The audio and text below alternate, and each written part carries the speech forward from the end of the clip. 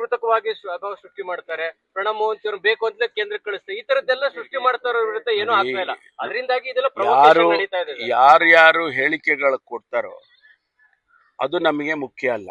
ನಮಗೇನು ಮುಖ್ಯ ಅಂದ್ರೆ SITನವರು ತನಿಖೆಯನ್ನ ಒಂದು ತಾಂತ್ರಿಕವಾಗಿ ಆಧುನಿಕವಾಗಿ ಸತ್ಯ ಹೊರಗೆ ಬರುವಂತ ರೀತಿಯಲ್ಲಿ ಮಾಡಬೇಕು ಅನ್ನೋದೇ ನಾವು ಕೊಟ್ಟಿರುವ ಟರ್ಮ್ಸ್ ಆಫ್ ರೆಫರೆನ್ಸ್. ಹಾಗಾಗಿ ಆ ಕೆಲಸ ಅವ್ರು ಮಾಡ್ತಾರೆ. ನಾವು ಅವರನ್ನು ಪ್ರಶ್ನೆ ಮಾಡೋದು, ಇವರನ್ನು ಪ್ರಶ್ನೆ ಮಾಡೋದು, ಅದು ಈಗಲೇ ಮಾಡಿದ್ರೆ ಅದಕ್ಕೇನು ಅರ್ಥ ಬರೋದಿಲ್ಲ. ಅವ್ರಿಗೆ ನಾವು ಜವಾಬ್ದಾರಿ ಕೊಟ್ಟಿದ್ದೀವಿ, ಆ ಜವಾಬ್ದಾರಿನ ಅವ್ರು ಮಾಡಿ ರಿಪೋರ್ಟ್ನ ಒಳಗಡೆ ತರಬೇಕಷ್ಟೇ.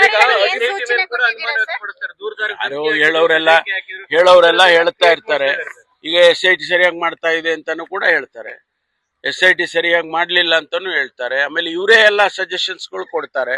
ಆಮೇಲೆ ಇದು ರಡಾರ್ ಇದ್ರದ್ದು ತರಬೇಕು ಅಂತ ಹೇಳಿ ಅವರೇ ಹೇಳ್ತಾರೆ. GPR ಅದನ್ನೆಲ್ಲ ಇವರೇ ತರಬೇಕು. ನಾವೇ ಹೇಳಕ್ ಶುರು ಮಾಡಿಬಿಟ್ರೆ ಅವ್ರು ಹೇಳಿದ ತರನೇ ತನಿಖೆ ಮಾಡಕ್ಕಾಗುತ್ತಾ?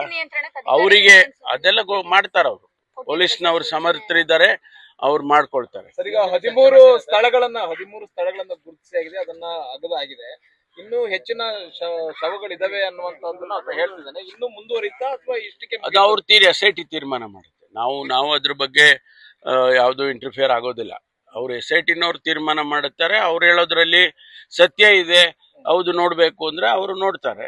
ಇಲ್ಲ ಅದು ಅನುಮಾನಾಸ್ಪದವಾಗಿತ್ತ ಇದ್ರೆ ಅವ್ರನ್ನೇ ಕೇಳ್ತಾರೆ, ಏನಪ್ಪಾ ಈ ತರ ಎಲ್ಲ ಹೇಳ್ತಾ ಇದೆಯಲ್ಲ, ಸರಿಯಾಗಿ ಹೇಳು ಅಂತೇಳಿ. ನಾವೇನು ಸರ್ಕಾರ ಯಾವುದೇ ಡೈರೆಕ್ಷನ್ ಕೊಡೋದಿಲ್ಲ. ಇಲ್ಲ, ಯಾವ್ದು ಕೊಟ್ಟಿಲ್ಲ.